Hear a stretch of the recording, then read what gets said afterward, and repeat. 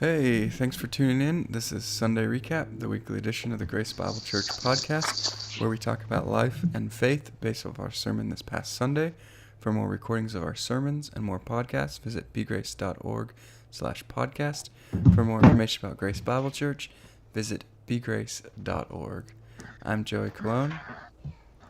I'm Chris Webster. Jim Wilson. Kendrick Spells.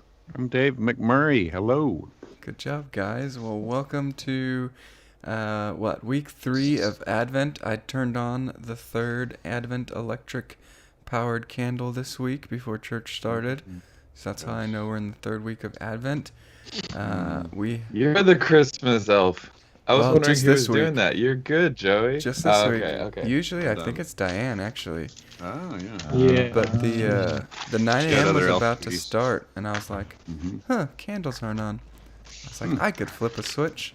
So I flipped a switch this week, but I'm not much of a Christmas elf. I think Diane and Steve are our Christmas elves. But yeah, third week of Christmas. How time flies, huh? We're on Joy this week in our Advent series. A series that probably makes sense to most people when you say the word Advent, but I like to remind myself that Advent is about the arrival of a notable person or an event, and in this case, it's about Jesus. And you want to know my weirdest Advent thing that's been happening to me these last couple weeks? Yeah, sure. I have had Christ the Lord is risen today stuck in my head.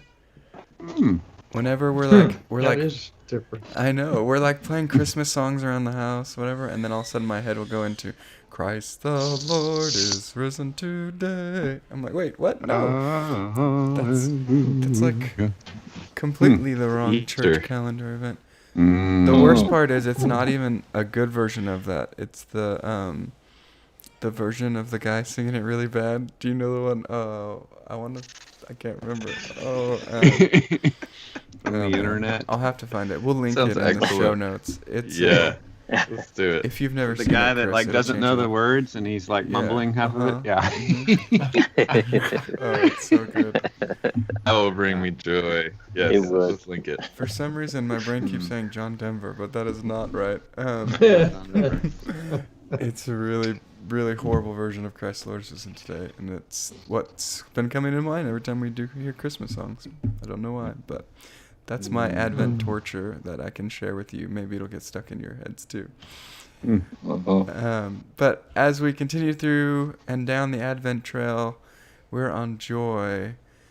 And I actually had someone tell me this week, or last week actually, why is this week love? Love is not supposed to be this week in Advent. And I was like, well, there's no real official weeks. Maybe there is somewhere. Am I wrong?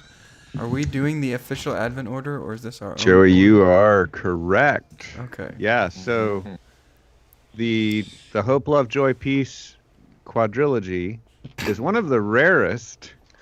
It's one of the rarest out there of what different churches do. And yes, some churches do it in a different order. But there is no official proclamation other than if you were to be Catholic and follow that liturgy, or to be Episcopal and they have a liturgy.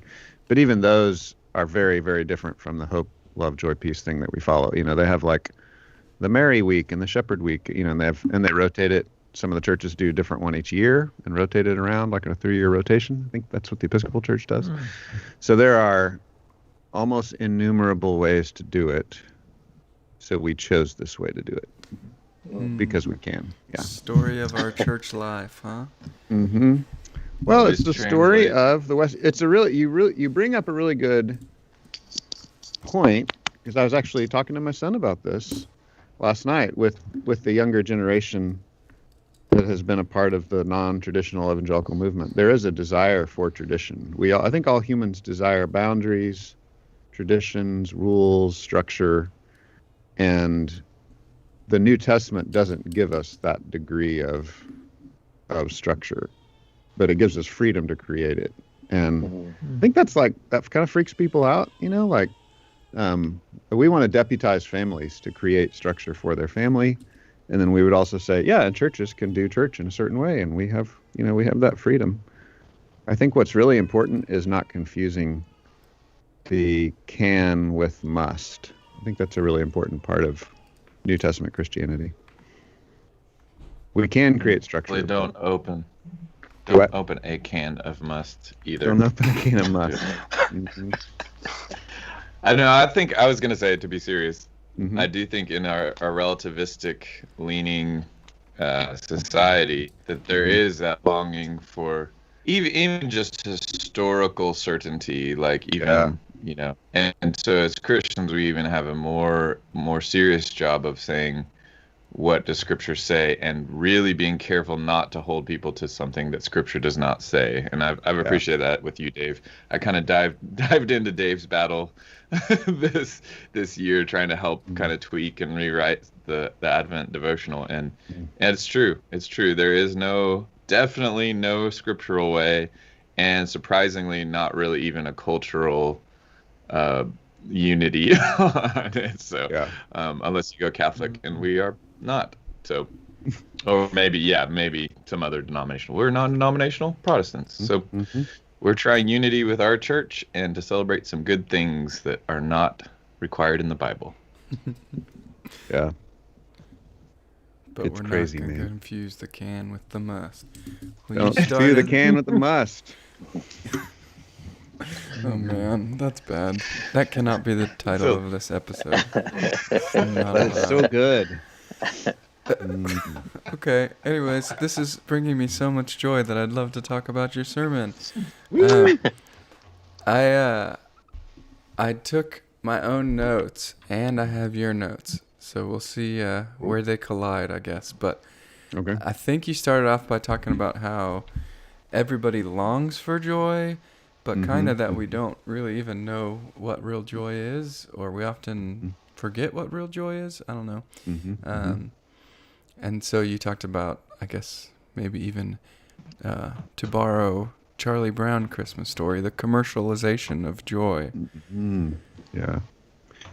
Yeah, I mean, I think commercials in general are saying, this is how to find true joy, by buying our product, or by looking like us, or by being a part of our tribe, And that's not the biblical definition of joy.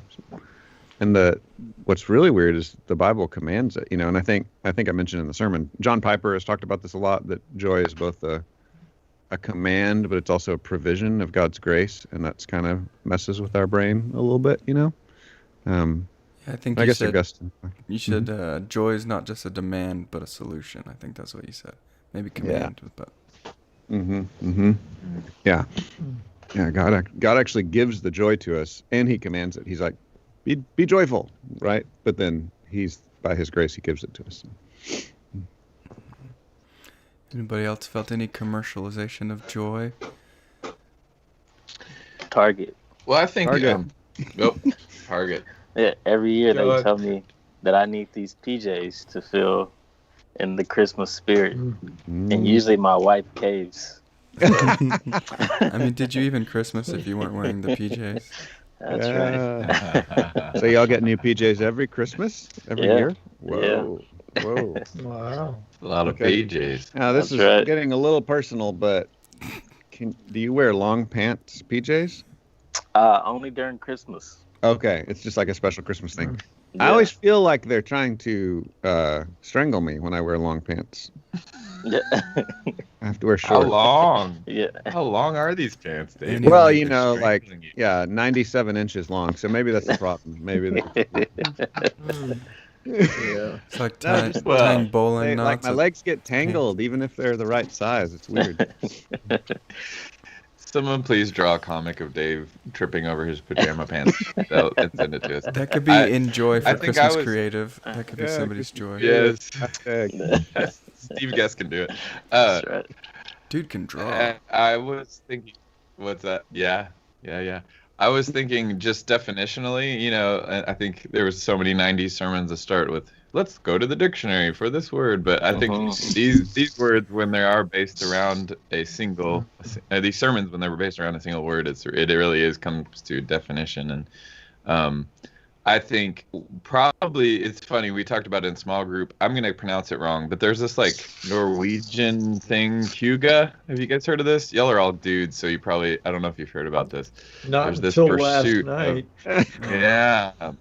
There's pursuit. It's this whole thing around, and a lot with gals because they're decorating houses and stuff. But it's like this idea that you can create this perfect warm room, like. Oh, it's all like the feng right shui. decoration. Mm. Yeah, that's what I said, and I got slapped down hard. But I think it Oh. is feng shui from the Norwegians. But Mm. but I do think that's kind of is a good capturing of sometimes how we define joy is the elimination of all problems, and then I'll be happy. So we're pursuing this like perfect holiday where no one's mad and really no one's human. There's no problems, everything's smooth, the food is perfect, and I do think for a lot of us, I mean, it's kind of a movie, maybe a Hallmark movie definition of it. I don't know what it is, where it comes from, but I think that's what a lot of I guess it's heaven maybe too, to not make it just totally negative. I mean, we are longing for heaven, but we're trying to build it. We try to build it each Christmas here, and that's a lot of the time why our joy gets stolen, is because we're still in a broken world, right? So I don't know. Does that resonate with you guys? Do you feel that? Yeah.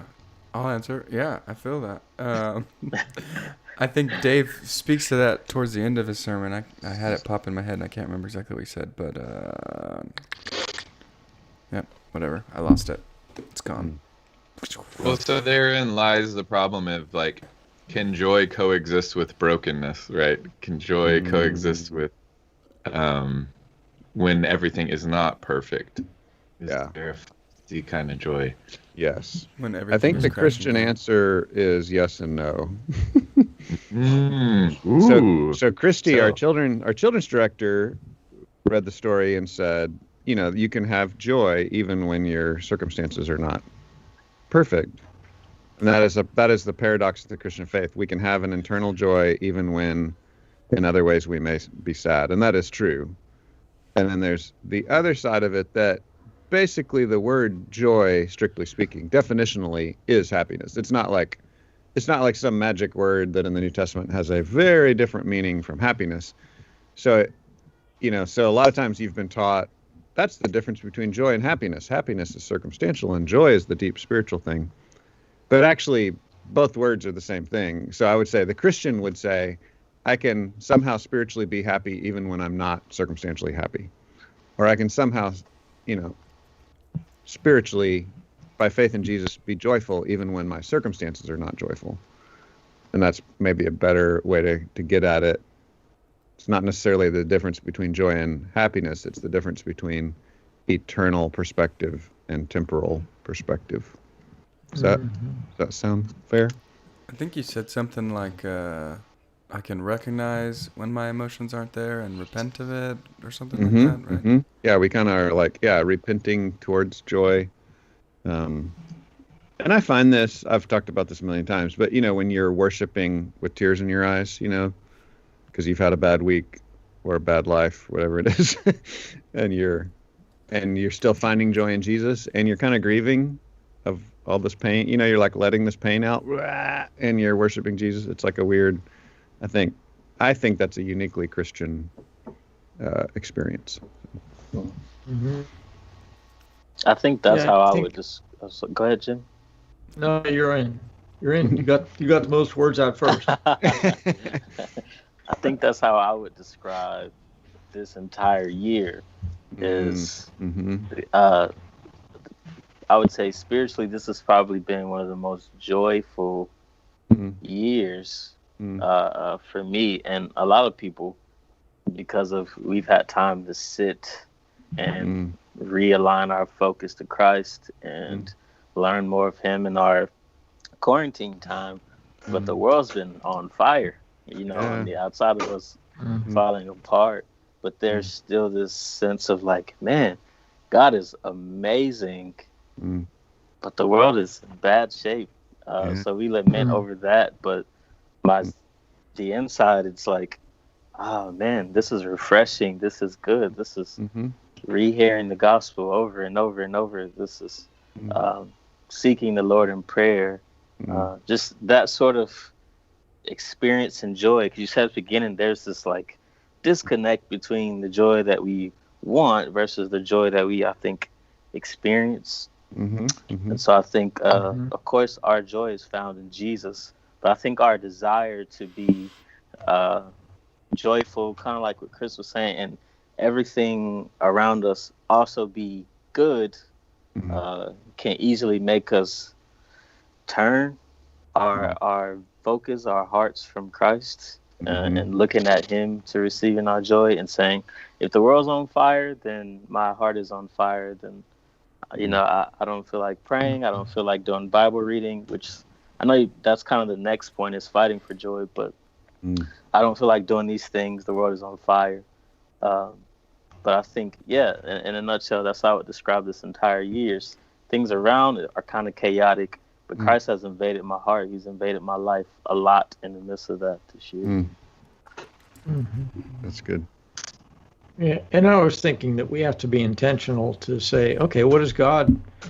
Where is He in the midst of this that we're going through, and what is He doing? And to be, and this is hard. I'm more of the pessimist, right? So it's really good for me to be reminded every day that God is still in control, and God is going to bring everything to a conclusion. That's the right conclusion, and so I can have joy in the midst of broken everything, just seeing everything we think falling apart, and yet, and I'm not saying just put on a smiley face, but just looking for, hey, where's the goodness in God's work here?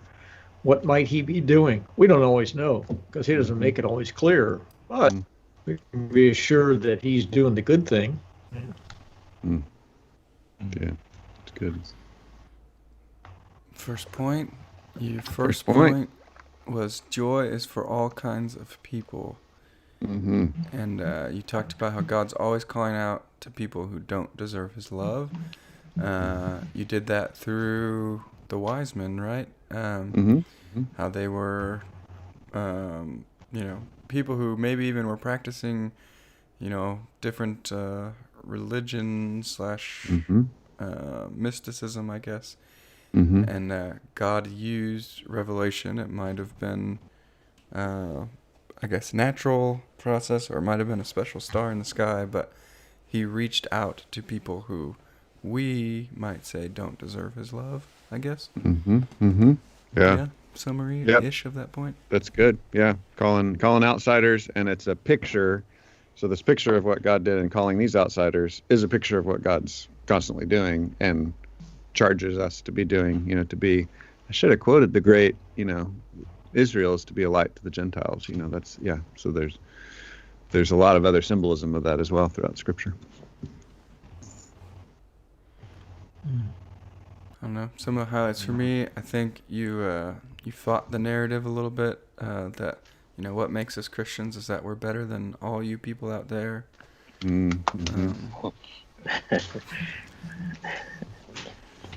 What else? What do you think, Kendrick? Kendrick's smirking? Yeah.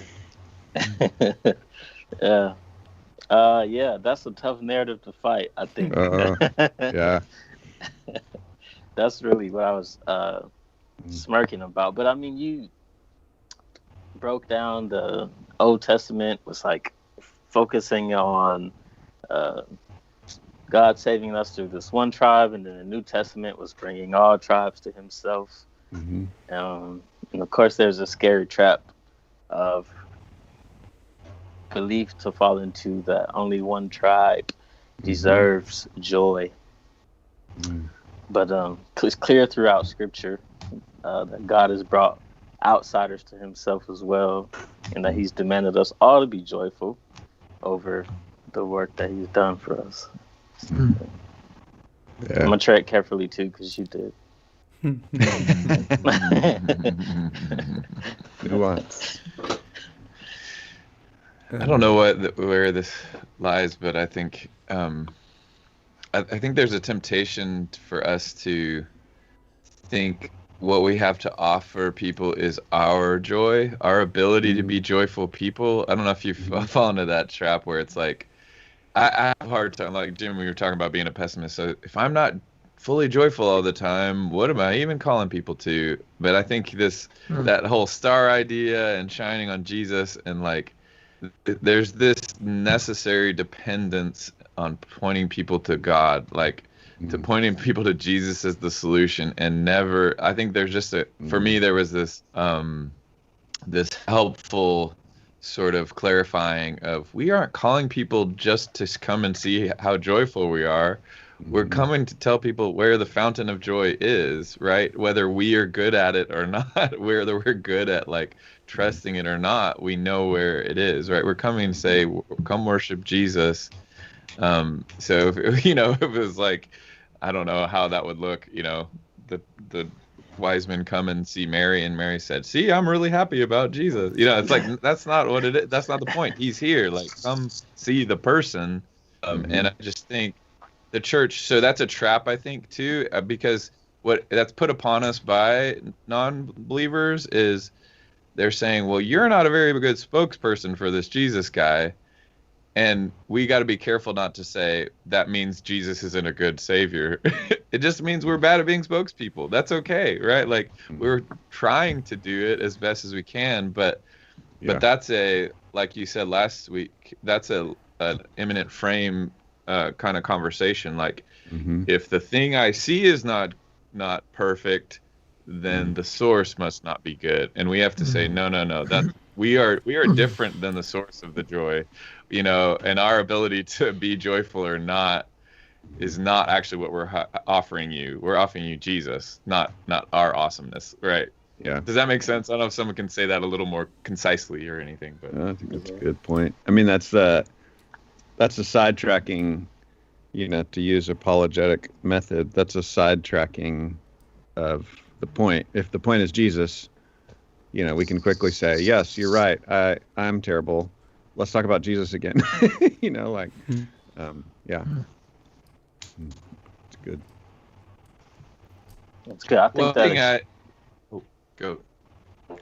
I think that can expose, in someone like me, for example, where I'm looking for joy, because I'm the kind of person that's like always smiling, always happy, and then if somebody's not, then I'm like, they're just so like down. They ruined my whole vibe, It's like my joy shouldn't come from if they're smiling or not either. So I think that can expose what we're looking for and where we're drawing our joy from, in a way as well. Awesome. Speaking of apologetics, I had a question for y'all. So I had a great conversation yesterday with someone who had invited someone to church, and the person's response was, "Oh no, you don't know how I live on Saturday night. I can't come to church on Sunday morning." And so again, the underlying thing of church is all good people, or church is all people who do everything right. And I thought that was a great question. What do you say? How do you fight that? Well, how do you build that bridge from the world that perceives the church as all the goody two shoes inside, right?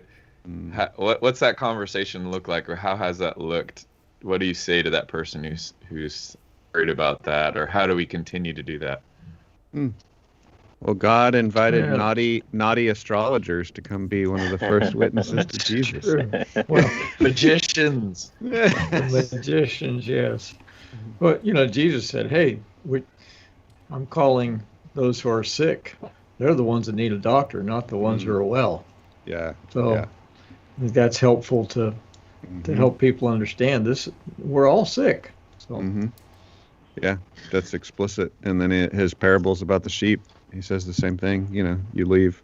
He's like, wouldn't you go chase wandering sheep? Wouldn't you go looking for a lost coin? Yeah. Or a lost son. And I think we know those. I guess partly I'm wondering, maybe even bigger, like if that's a systemic feeling from the outside world, I'm wondering about how that should change our marketing campaign, or how do we engage the outside world? That's the $1 million question for sure. But Does that make sense? Kind of like, is there anything we can do to change that perception to the outside world, you know? I mean, part of the problem is we have that perception too, right? That was your kind of your call to action at the end of this point, or your application was like, first you talked about, do we have people that we believe are outside of God's grace? But then also, like, do we believe that I am the wrong kind of person, right? And if we truly believe that, I think you said, then if we truly believe that we're the wrong kind of person, then we're not reaching out to people who, so. Yeah. I think it's... Yeah, the Gospel-Centered Life book, Kendrick and I read together like 6 months ago. I think Kendrick's doing it with some other guys right now. I think it's Pretend and Perform. I don't know, Performance and something else, but it's kind of the positive, negative covering of our shame if we don't run to the gospel. So yeah, like I secretly believe, so like what I brought up in the sermon, I secretly believe I'm not really good enough. So I'll pretend to be good enough, right? So I'll perform and act like I'm a good Christian. So then you got fake kind of performance Christianity. That's dangerous. That's a virus that disrupts gospel community, welcoming outsiders. But then there's also this like negative version. I can't remember how they worked out in the Gospel-Centered Life, but I think of it as just like hiding, like, oh, I'm so terrible, God can't love me, so we run away from God. I think that's the person that says I'm not good enough to come into church is doing that. And you're like, that's not, neither one is correct. The person pretending he is good enough, he's wrong. And the person saying I'm so bad, God can't love me, he's also wrong. They're both wrong. It's the gospel is what makes us presentable to God. And I think historically that's just something, that's why we preach what we preach, like that's why we are having this discussion right now. That's why we have those conversations with our friends. We just have to keep reiterating it, because I think that is the common misconception. Humans always fall away from the gospel, and we think we have to make ourselves good enough somehow. Yeah, we talked about this a little bit in a small group last night about mask wearing. And the mask has it has taken away some of our ability to understand what other people are communicating through their facial expression.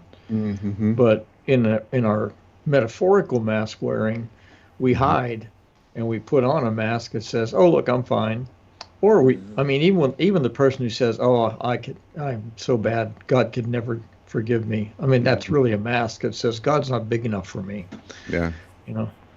And so, yeah, it's given us opportunity now to talk about what a mask does, both in real life. It protects us, and that's what we're trying to do. When we put on a mask, metaphorically, we're trying to protect ourselves and trying to show people, well, you really wouldn't want to know the real me, because if you knew the real me, you wouldn't even talk to me.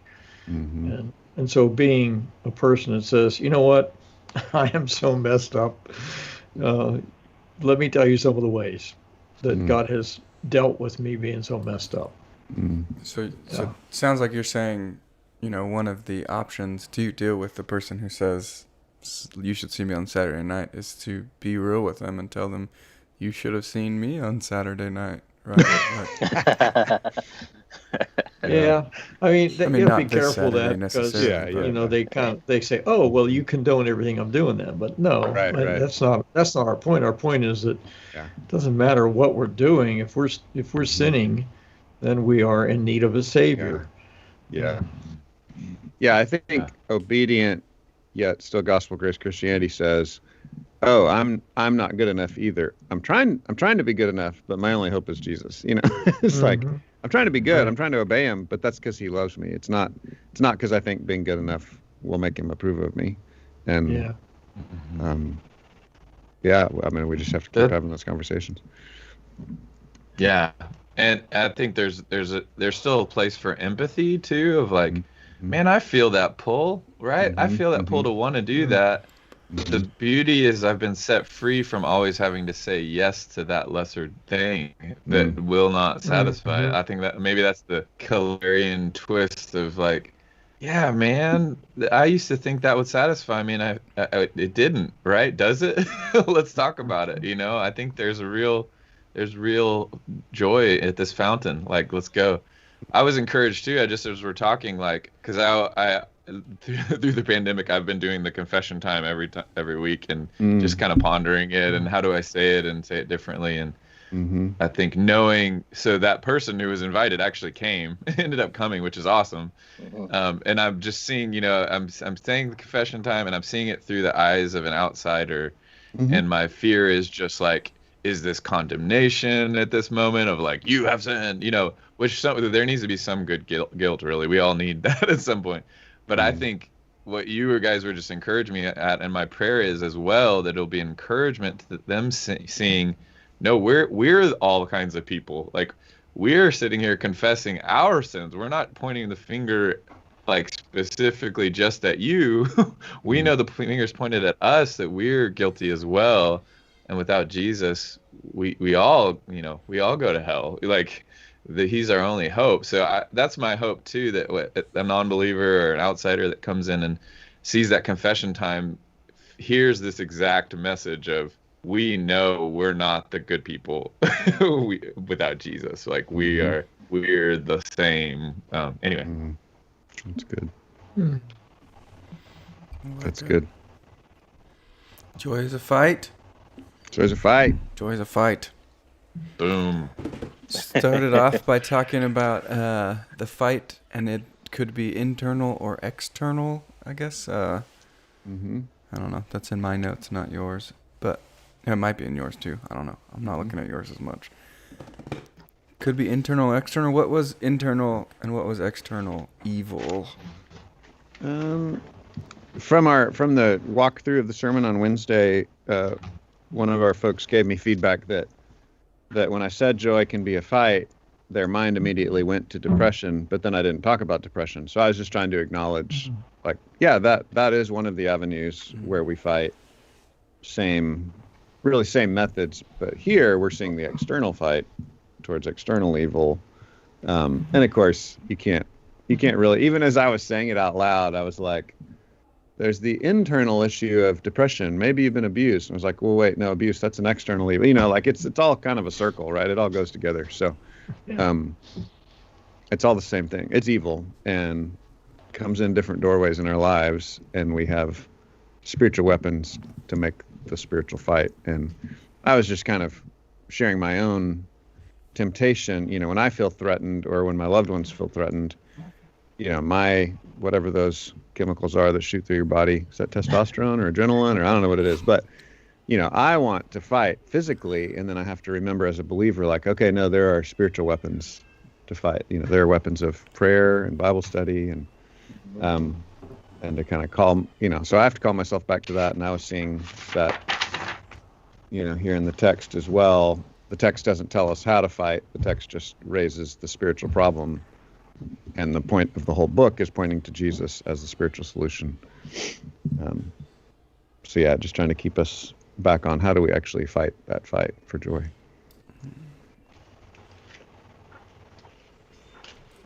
I'm trying to think back. Sunday was insanely chaotic, and both at church. It was a fight. At church and then at home. Yeah. It was a fight, and I'm trying to think, how did I do in that little fight there? I think my tendency is to just like soldier on. Yeah. And I was kind of, I don't know, I'm still processing it, because I was thinking, is that like really bad to just kind of keep going, and then it, like, you're happy when you survive it, but was I supposed to express that somewhere in a healthy way, or definitely like cling to Jesus, or I was just like, I was trying to get down in the nitty gritty of, and the irony that it was such a fight on Sunday, on Joy Sunday. It was a fight to have joy.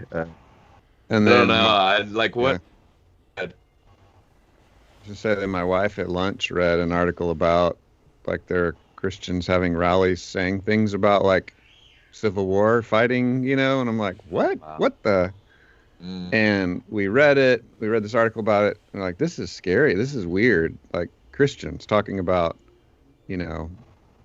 for Christ fighting physically, I'm like, they're all mixed up. And kind of listen to that. We were doing it at lunch, I guess. It was yesterday after church, at lunch, at home.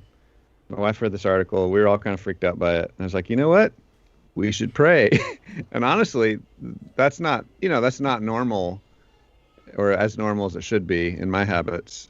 I hear something really upsetting. Typically, we have a really intellectual conversation about it with my adult children, and and we talk Christian worldview, and we do great apologetics, but are we praying enough? And I was like, you know what? Let's just pray. And I prayed, God help us from this craziness, and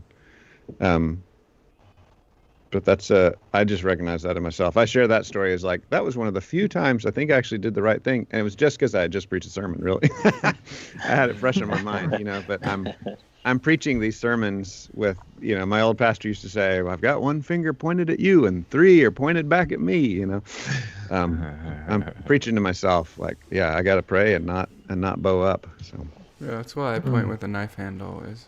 There you go. It's all you. It's all you. All you. I was gonna point this. I'm gonna ask Jim because I think I've seen you. That put you on the spot, but I've seen you model kind of. Maybe it's the true face thing, but modeling the I feel this thing and I need to do something about it really well. So I was just wondering, do you have like specific tactics on the fight for joy? Especially, I guess maybe I'm talking more kind of the emotional versus not really the like physical fight, but I don't know. Does that make sense? Like I've seen that as a pattern in your life. I don't know if you're willing to share just what that looks like for you. Yeah, it's hard for me to see myself. Okay, so yeah, that's because your Skype view is wrong. You got to put. Just kidding. Yeah, that's right. No, that's what I ought to fix. I don't know that I have a good tactic, but I know that I get to the end of myself, like Saturday working on that truck, and I was to the anger of throwing things. I was at that point because it wasn't going well. And in the midst of that, I'm thinking, there you are doing it again, man. You're just saying you got all the power to do this and the wisdom, and you don't, obviously. So maybe you ought to ask somebody who could help with that. Now, I didn't get any immediate solution, but I think that's just been a learned response over time. When I get to the point where I just say, I'm an idiot. Now, okay, I don't support calling yourself an idiot. You're supposed to be kind to yourself, okay? But I know that I do that often enough that, it's what brings me to the point and go, well, yeah, because you all talk to God about it, right? Because I'm stubborn and I want to prove that I can do it. So, yeah. That's good. I don't know if that's helpful at all in referring to your question. No, I think I'm interpreting, and I think I see a pattern there of, like just well, I mean, how to say this? Just holding on and not reacting in the moment is such an important thing. Just patience and like having enough wisdom to not try to deal with it all right then, and then having a scriptural analysis later of like being in the Word and being able to look back and say, okay, this now that I'm out of that moment, I can kind of, like Dave says, like the scriptures are that I forget what theologian said, that the scriptures are the lens to see the world. Like, so I can put on those glasses and kind of look back and say, oh, maybe now I understand a little more of what's happening. But a lot of the time in the moment, you're just blind to it. And maybe the wisdom is just to like go slow, like just don't do anything drastic. Come to the end of yourself quicker. Yeah. Sit down. Take a nap. I mean, yeah, I don't know that I have a tactic I could pass on to people. I think it's an ongoing process in my life. Just because I know that impatience is one of those things passed on through my family, and I just find myself being impatient. And I mean, God's been, even in the stuff I've been going through lately, I see Him working on that. But it's funny. We were doing this devotional this morning, and it was talking about when you're playing pickup basketball with guys, and I don't understand this because I don't play basketball, okay? But calling fouls on yourself is supposed to be the honorable thing to do. Yes. But I think of it more in terms of golf. Golf works that way too, because the expectation for the player is that when something happens, the ball moves when it's not supposed to move. You are supposed to acknowledge that, and you are supposed to, you give yourself a penalty stroke. But that's the way the Christian life is too, right? We're supposed to call those fouls on ourselves and say, "Oh, that was wrong. I shouldn't have done that. I need to confess that." And it's James 5:16, but I think that acknowledging our brokenness in the moment is what God wants to train us towards, so that we don't just try and hide it, right? And I think being more comfortable doing that because you trust the people around you is what small groups are about. That's why we do the things we do, so people can say, "Hey, I really messed up, and I don't want to keep doing that. So would you pray for me?" Good. It's good. Well, and Dave's solution in his sermon was to go back to the boring spiritual tools, right? Yeah. Yes. I mean, really, you were saying like the fight isn't a physical fight. Like the church doesn't bear the sword. Some people do, but church doesn't. So we've been given different weapons, right, and different armor. And you said, that goes, strapping your gear on every morning and go back to the boring spiritual tools. I put it in quotes. I don't know if you put it in quotes or not, but boring. I think I did hand quotes when I said it. Did you? Okay. Probably, yeah. Yeah, I mean, I think it's just so easy to overlook. Actually, my son was encouraging me with that too. He got to speak to his old high school as, a college kid. So he's a senior in college, and one of the classes asked him to give advice, and he was talking about how, I'm trying to summarize, I didn't hear his talk, but he kind of told me beforehand what he was going to do. And it was like, he learned his own pride, that he kind of thought, "Oh, I'm exceptional," or "I'm different," or, like in his desire to be great as a college kid, the Lord had to keep bringing him back to the basic, simple things of spiritual disciplines and how he needed those really to be healthy and to be whole. And that there was this creeping danger of, the way I talk about, this is me interpreting now, of either pride or despair. Those are the sides of the gospel horse we're always falling off of either pride, I'm really special and awesome, or then, you're a college kid and you mess up and you're like, "Oh, I'm so terrible, God hates me," and he just was relaying how much God has taught him coming back to these simple spiritual disciplines. So it kind of was in my head fresh from that conversation as well. Like, yeah, there's something so basic about that. Then we had another conversation. It's great having my kids home. We can have these conversations.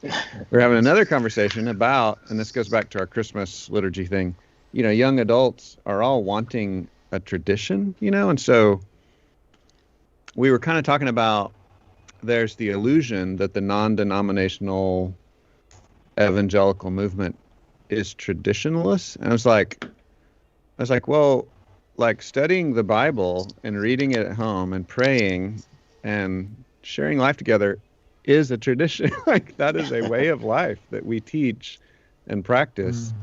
And we need to not be like bullied into saying, "Oh, we believe in no forms whatsoever." Well, no, that's actually not true. We're teaching forms of like gathering in worship and learning the Bible and praying for each other and as a family and with friends, So anyway, I think all of that was kind of swirling together in my head as we were thinking about the spiritual fight with spiritual disciplines.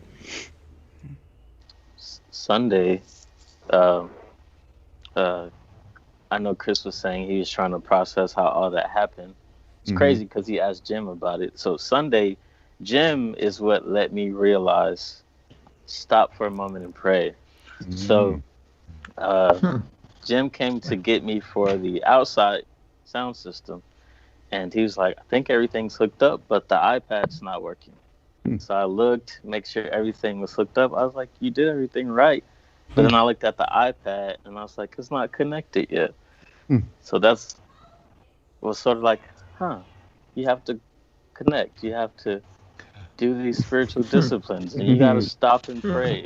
And literally I came back to the sound booth and was like, "God, today is crazy, but I need you to help me." So it's like that whole everything, you can seem like you're doing everything right. You could seem like, even if I responded correctly in the chaos and fighting for joy, it's like, man, I need you to top this off and give me your joy. And I think being reminded through an iPad of spiritual discipline was crazy, but it worked. But that seems to be like a common theme this whole year throughout all of our sermons, but especially for this one, I think this is a real fight for joy.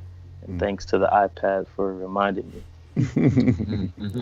Way to go, iPad. Jim and the iPad parable. Yeah, I think that modern parables. He was walking along one day and he took out his cell phone and said, I guess just thinking too, just a random side note on the tradition side of things too, Dave, you were saying we're not a tradition-less, Protestants are not tradition-less, but you know what it is? It's like a grassroots from the bottom up. Like what I think what for so any young people looking for tradition, kind of what they're unintentionally saying is, I want someone to make me do tradition. I want to find someone who's going to come and say, you must do these 12 steps now, or whatever.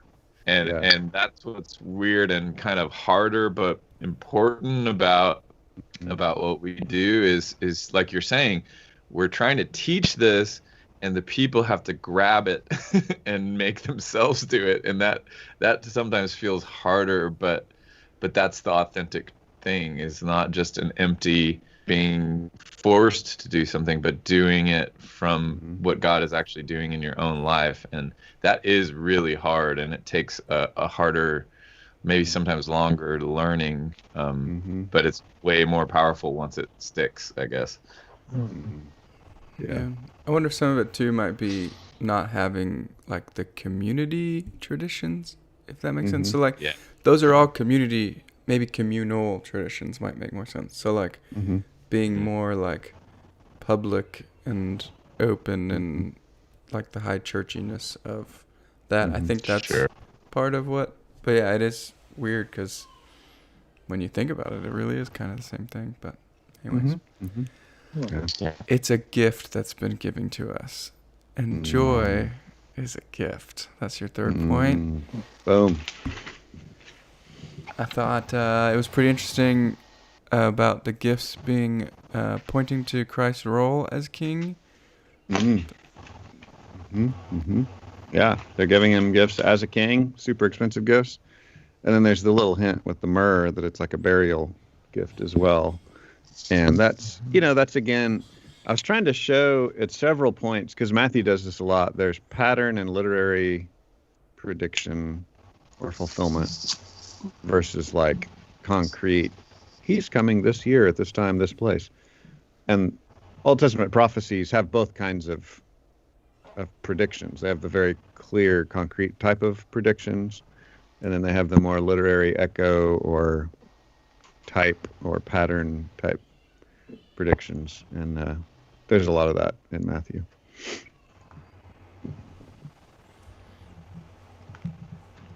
Everybody just one thing I was connecting in my mind, I almost said it at the first point, but we're talking about or maybe it was the joy is a fight. Yeah, the fight and the gift. Like there's this passiveness that we can fall into of, when we're talking about like this pursuit of perfection, and I cannot be happy until everything's perfect, and I will not have a great Christmas unless that is perfect. That's a passive way of looking at it. Like I'm just gonna sit here and wait for joy to come to me. But I was gonna say there's this important second half of that. Well, am I helping make someone else's Christmas better? Like, am I helping make someone else's give joy to others? And again, that sounds like such a Christian-y thing, but I think we disconnect the two in our minds too much, or I do, I guess. Saying, are the circumstances correct for joy? But that's saying I don't have any agency to to do anything about that, which is crazy, right? And so Yeah. I need to keep saying, well, I have an effect on this circumstance. I can. Mm-hmm. I can point people to the truth, and I can give that gift. That was a good connecting the two things. Part of the fight is being someone who fights for others to have joy. Mm-hmm. It's not just for my own selfish personal joy. It's I'm going to fight to give that to other people as well in the ways that I can.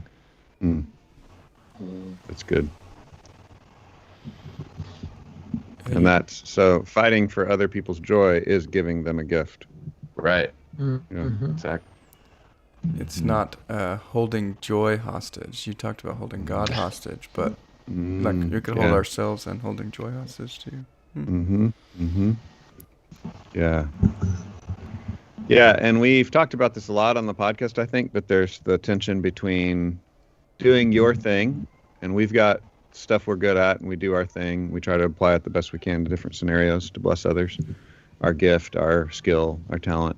And then there's also the like, something else is needed, like someone just needs this other thing you're not very good at. Just step up and do it again for the sake of them, for God's glory, because God's been gracious to you.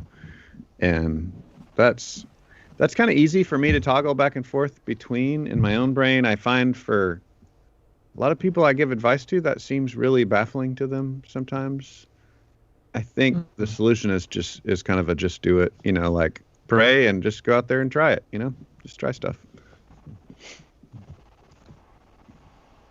What do y'all think? No, it's totally good. I think it's a weird dynamic. That's a flavor of that. I mean, talking about joyfully serving.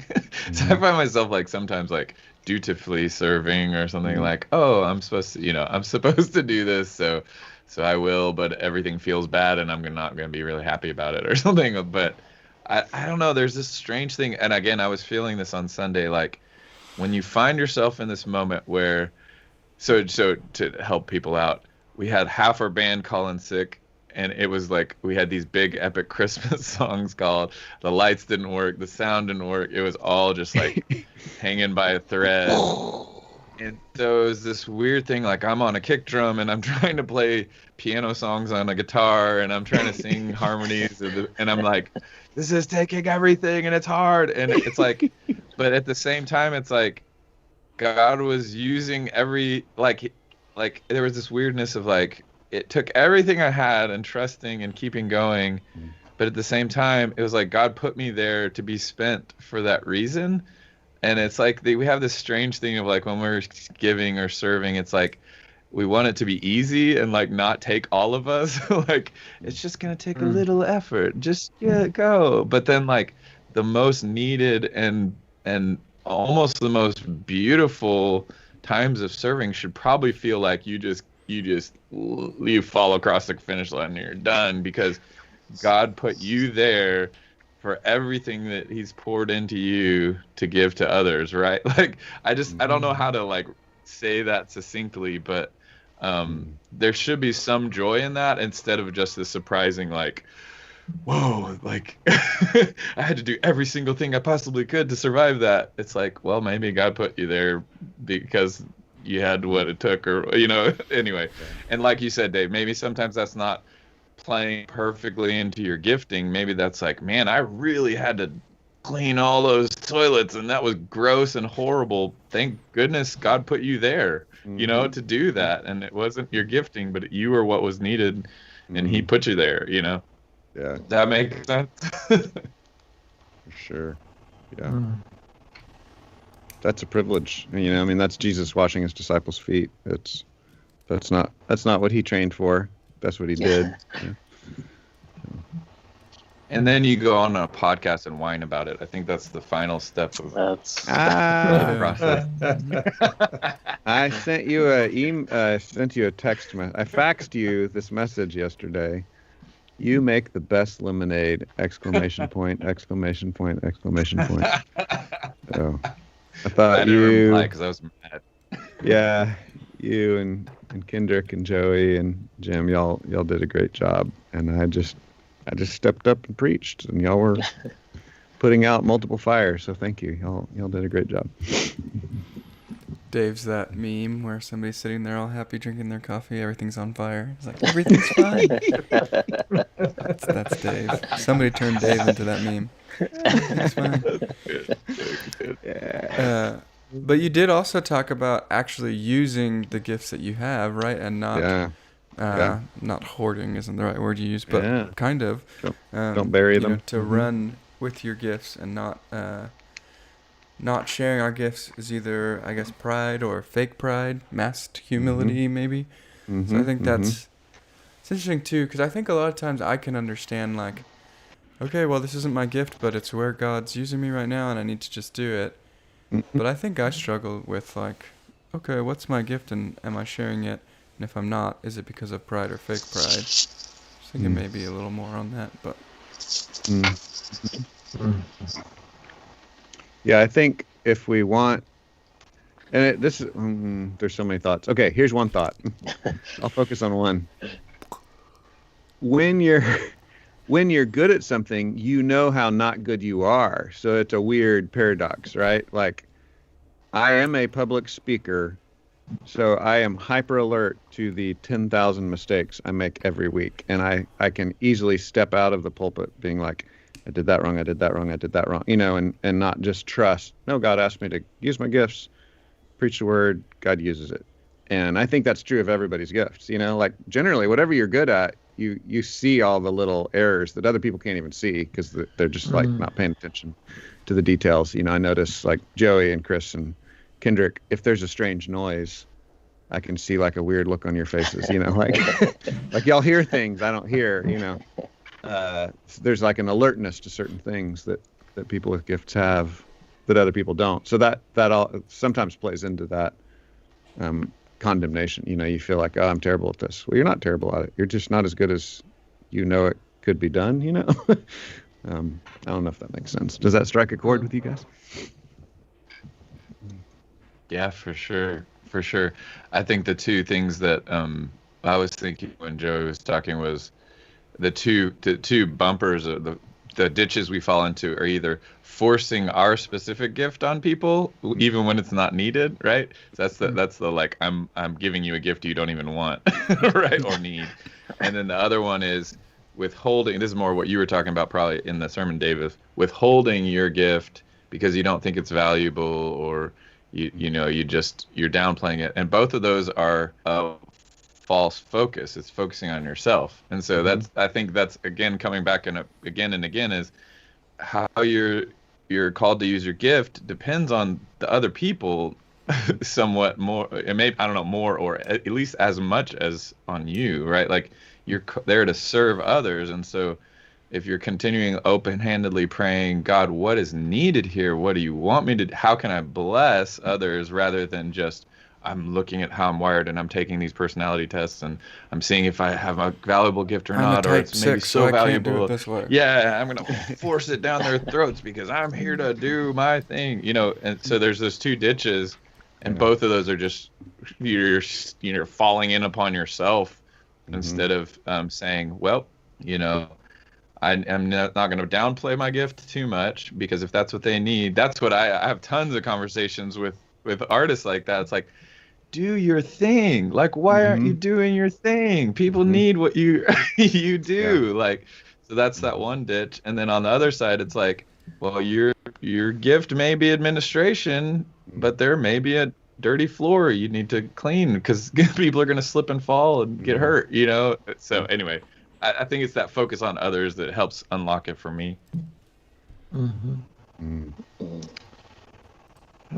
Yeah, that last point, that's everything. Because I think even when you can be good at multiple things, like Dave was saying, but you know how not good you are at those things.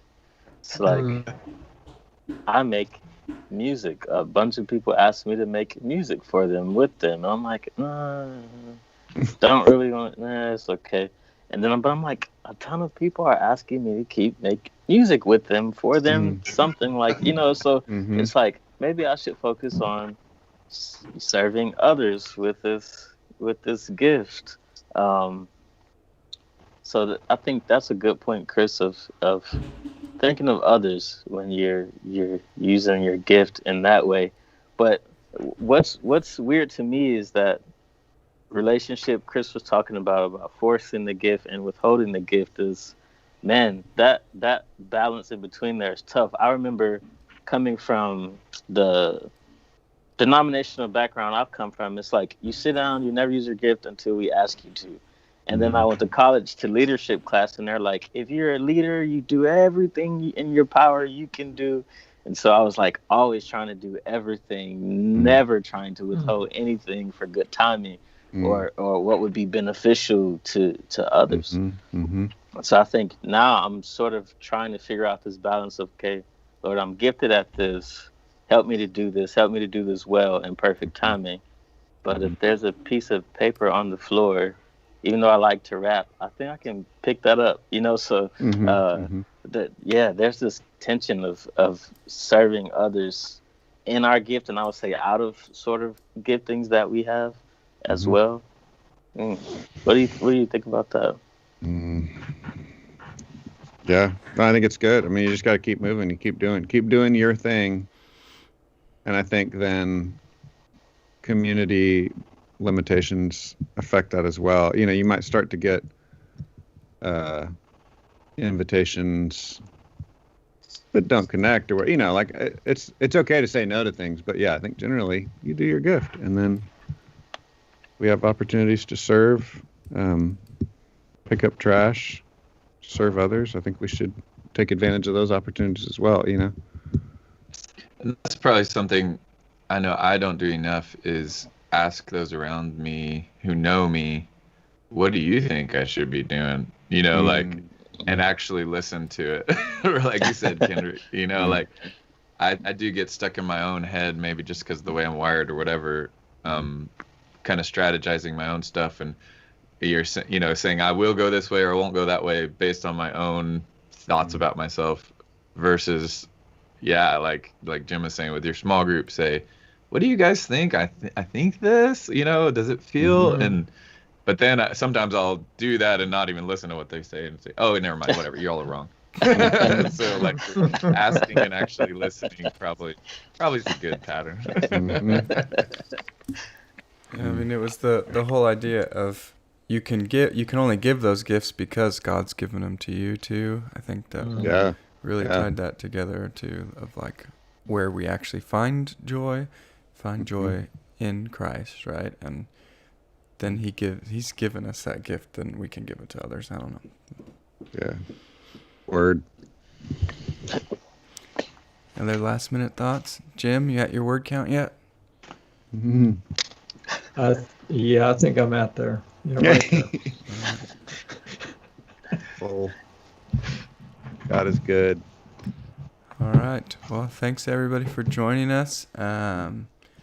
What do we have this week? We have Thursday night is the Hope Benefit Concert. Hope Pregnancy Center is putting it on in our parking lot on Thursday night. I don't know the time. Kendrick, do you know what time? 6 p.m.? 6? I don't know. 6 p.m. I honestly don't know. 6. It's in our parking lot that Hope Pregnancy is putting on. And then besides that, we have Christmas coming up, right? Special events. The next week. Eve service is coming up. That's on Christmas Eve. That's at 5 p.m. And that's at the church outdoors in the parking lot area, patio area. I think those are our special events, but I'm sure we'll be checking in with you throughout the week. Smash that subscribe button and stuff, right? Pew, pew, pew. Share it with friends too. I was thinking that's a good, if you like it, if it's true, share it around. Because might be something someone else needs to hear. If not, hide it in your pocket on your phone. Yeah, all those things. Yes. Well, thanks for joining us. This has been Sunday Recap, and we will see you all next week.